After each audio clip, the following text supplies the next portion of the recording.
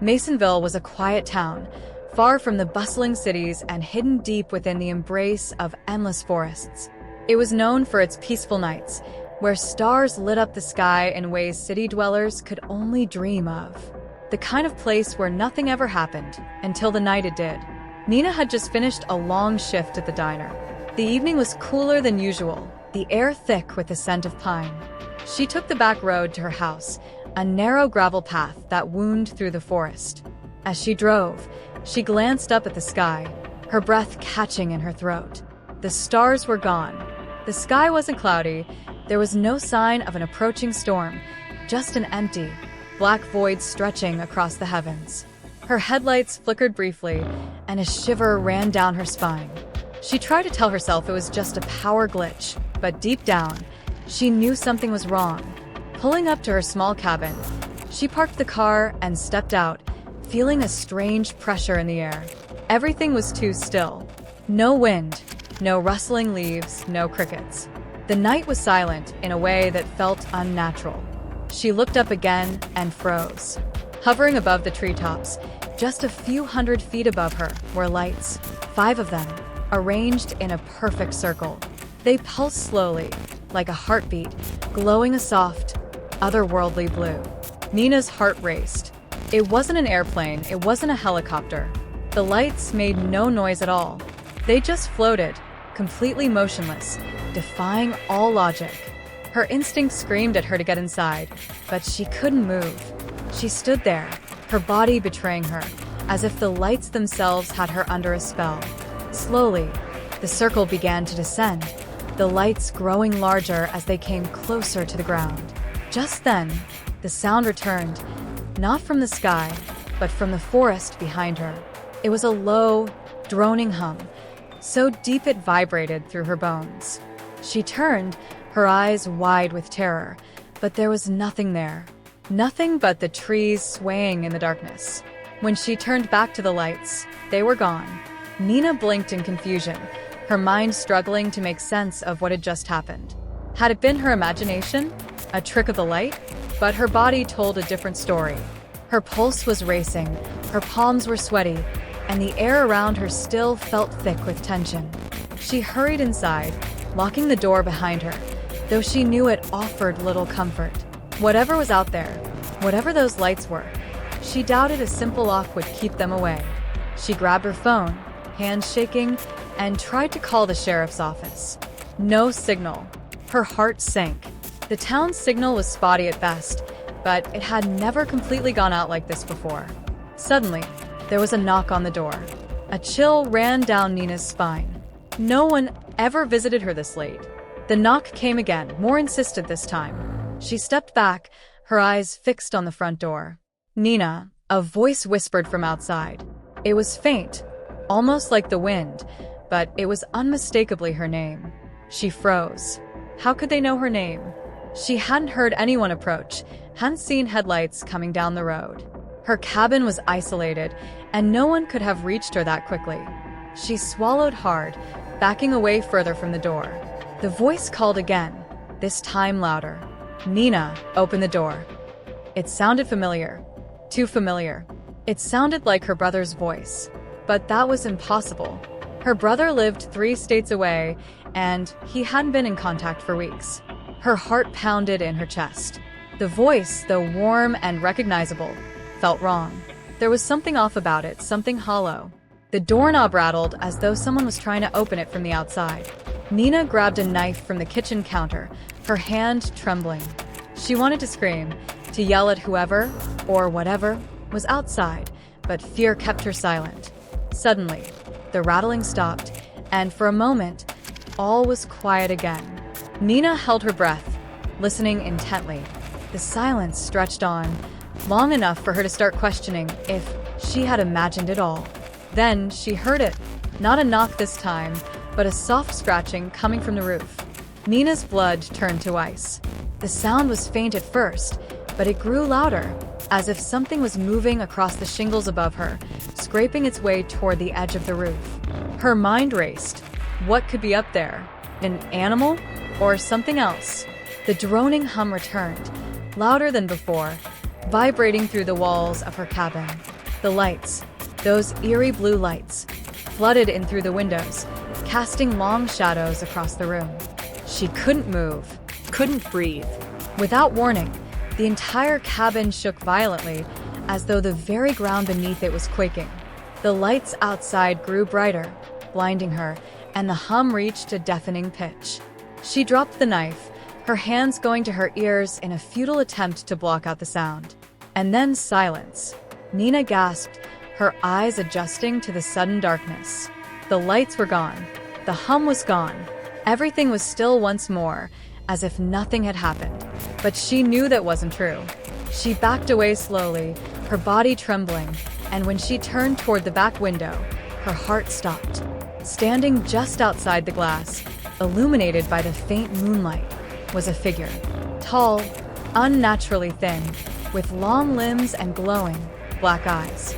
It didn't move. It didn't breathe. It just watched her.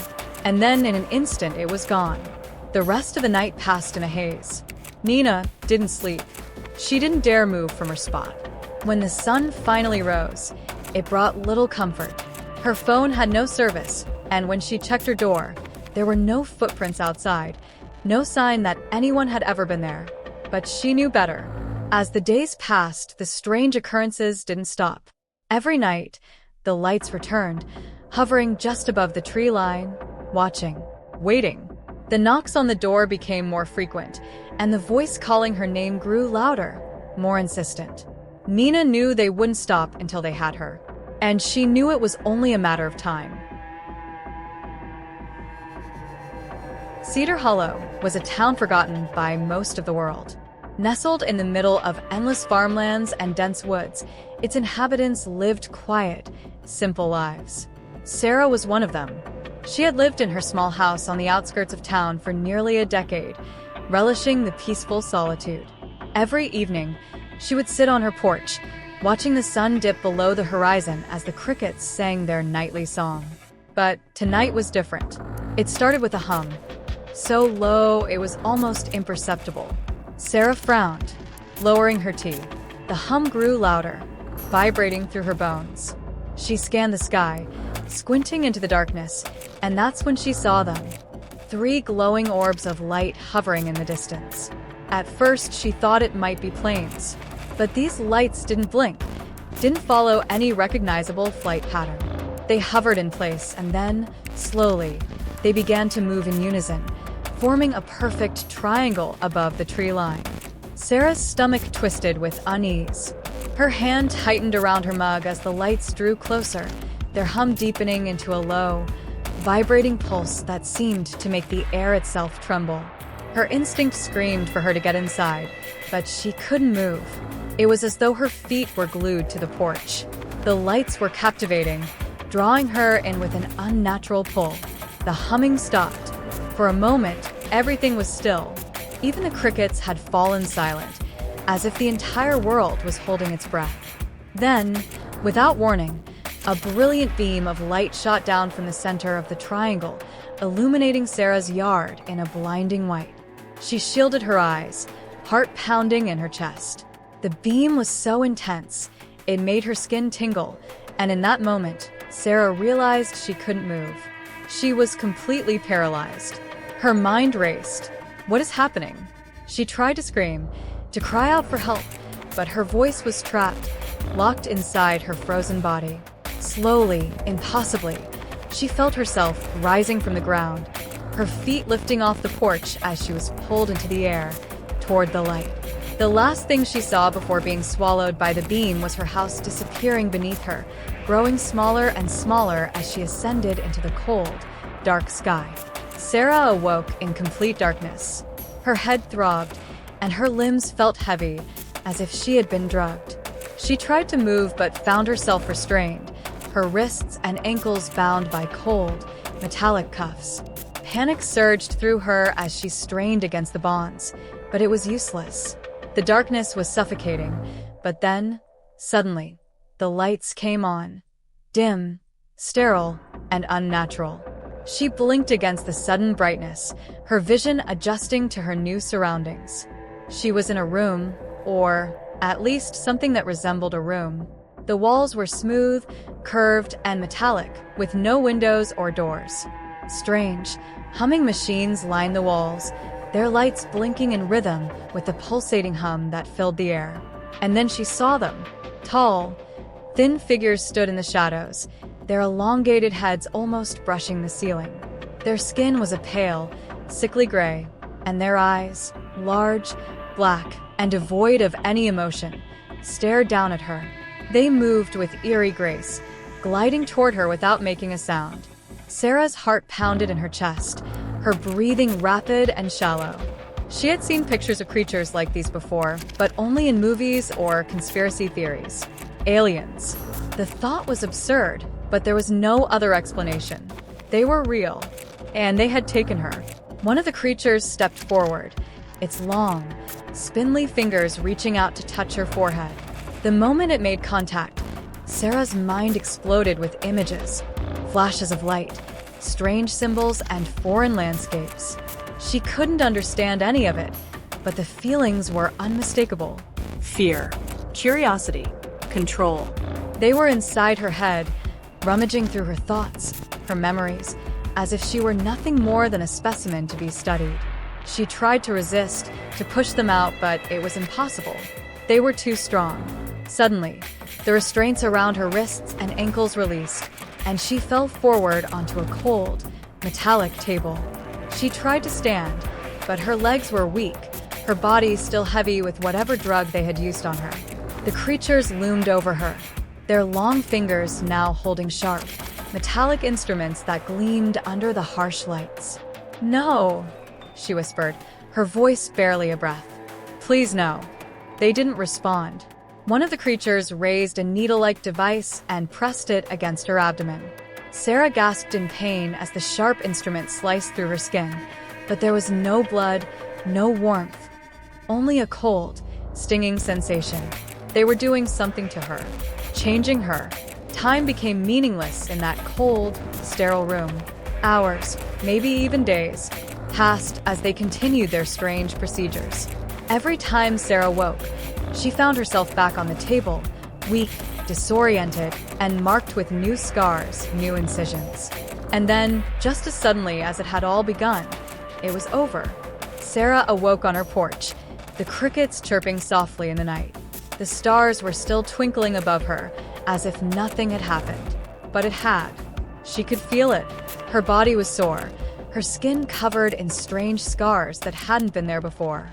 She stumbled into her house, locking the door behind her, but it brought no comfort.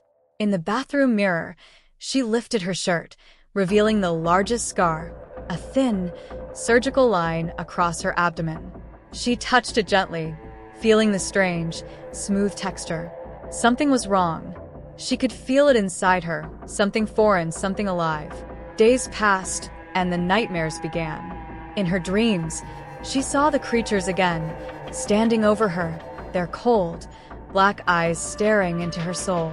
They whispered to her in a language she didn't understand, but the message was clear.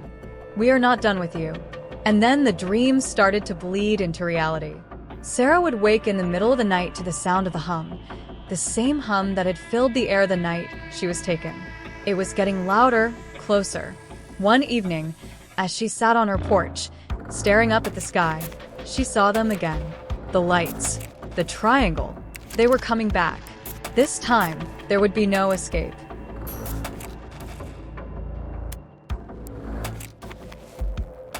It was the hottest summer the town of Gray Ridge had ever experienced. For weeks, the air had been thick and still, oppressive with humidity. Storm clouds loomed on the horizon, but no rain had come. The tension in the atmosphere was palpable, as though the sky itself was waiting for something. That evening, Evan sat by the window of his old farmhouse, staring out into the endless fields of corn swaying gently in the breeze. He had grown up here, on this isolated plot of land far from the town, where the nearest neighbor was miles away. Normally, he enjoyed the solitude, but tonight felt different. There was an unsettling stillness in the air, and the oppressive heat pressed down on everything like a weight. His dog, Charlie, usually calm, paced nervously by the door, whining under his breath. Evan frowned and patted the dog's head. "Easy, boy. Just a storm coming in." But it wasn't just a storm. Evan felt it too. Something strange was in the air.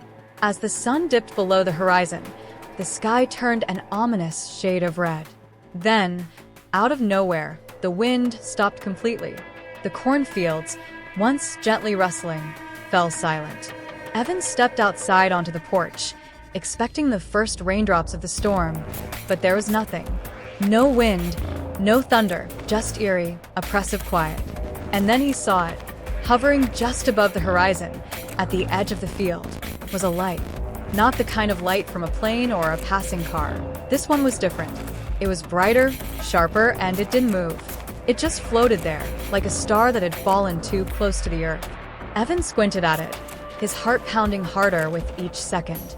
The light seemed to pulse, growing brighter with every breath he took. Charlie began barking furiously, his hackles raised, but Evan barely heard him. His eyes were glued to the light as it suddenly darted, zigzagging across the sky with unnatural speed. There was no sound. No hum, no engine, nothing. It moved with precision, faster than anything Evan had ever seen. Then, with a sickening lurch, it stopped, hovering directly above his field, casting a strange, cold light over the corn. The light was so bright, it was almost blinding, but Evan couldn't look away. Suddenly, the temperature plummeted. The oppressive heat that had suffocated the town for weeks vanished in an instant, replaced by an unnatural chill. Evan's breath fogged in the cold air, and his skin prickled with goosebumps. The light above began to flicker, casting strange, distorted shadows across the field. And then, without warning, the corn began to move. But there was no wind. Evan's heart raced as he watched the stalks of corn bend and twist, forming a pattern, a shape in the field. His mind screamed at him to run, to hide, but his feet were frozen to the ground. The light above pulsed faster, the cold sinking deeper into his bones. The pattern in the corn grew clearer, a perfect circle, with intricate symbols woven into the stalks. It was like nothing Evan had ever seen before, something ancient, something not meant for human eyes.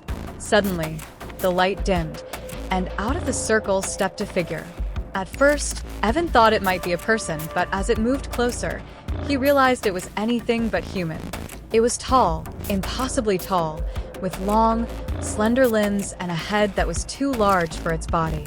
Its skin was a pale, translucent gray, and its eyes, huge, black, soulless, glowed faintly in the dim light. Charlie growled low in his throat, but the creature didn't seem to notice. It moved with an unnatural grace, gliding over the ground as though it didn't touch it at all. And then it stopped, standing at the edge of the porch, staring at Evan with those empty, black eyes. Evan couldn't move. He couldn't breathe. His mind raced with fear, but his body refused to respond. The creature tilted its head, as though studying him, and then it raised one long, spindly hand. Evan felt a pressure in his chest, growing tighter, harder, until it felt like his heart would burst. He gasped for air, but none came. The creature didn't blink. It didn't move. It just watched as Evan fell to his knees, clutching his chest, his vision growing dim. In his final moments, all he could hear was the silence of the storm that never came, the silence of the world that had forgotten him. Evan awoke with a start. He was back in his bed, the morning sun streaming through the window. For a moment, he thought it had all been a nightmare, but then he saw it. The scar. A thin, perfect line across his chest, where the pressure had been. He touched it gingerly, his hands trembling. Outside, the corn was still, but in the center of the field, the circle remained, the strange symbols etched into the earth, marking the spot where they had come. They weren't done with him.